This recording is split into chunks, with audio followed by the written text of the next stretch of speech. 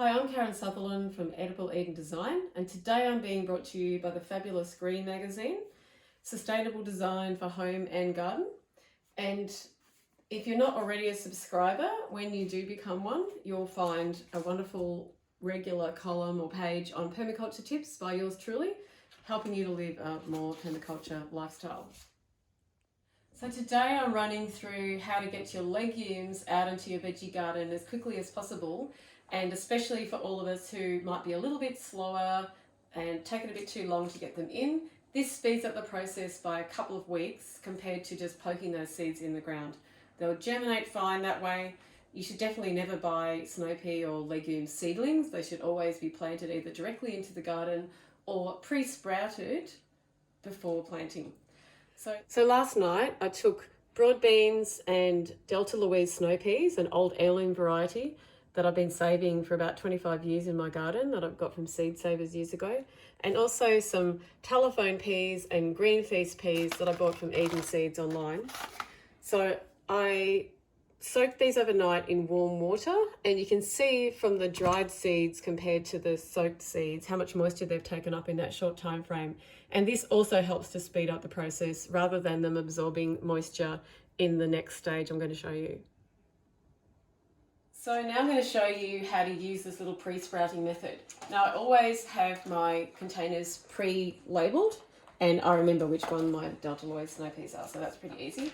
So I then take a couple of sheets of kitchen paper towel, always recycled, generally from Who Gives a Crap if possible.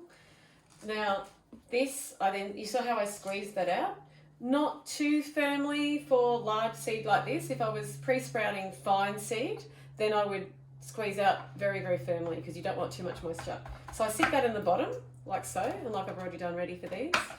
Then I take my seeds and I drain them because I don't want that soaked water. And then there's no harm touching them at this stage. I'm laying them out in their little bed,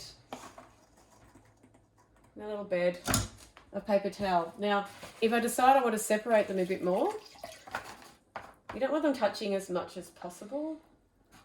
Doesn't matter too much, but if one goes mouldy, that can affect the others. Because you realise that a lot of non-organic seeds, or most non-organic seeds, have all been treated with fungicides, which is why when you buy pea seeds from a commercial supplier that is non-organic, they're pink because they've been coated with a fungicide. Now, this is what we're trying to avoid with organic gardening, of course. Now what I do then is tuck these little seeds in, tuck their little cover over, and then put the lid on. This then goes up into the windowsill where the light and the warmth of the sun and the room is able to help them germinate. Each day I take them out and I make sure that there's nothing mouldy. I wash any mouldy seeds and just put them back in again. I don't want to waste them, and I replace the paper if that happens as well. But I make sure there's enough moisture. You can also just tip a small amount of water in and drain the seeds on the side to make sure there's not excess moisture. And so stack all your finished containers on your windowsill, leave them to germinate. In about a week you'll be able to plant them, or even a few days. And remember to grab your copy or subscribe to Green Magazine for more sustainable living ideas.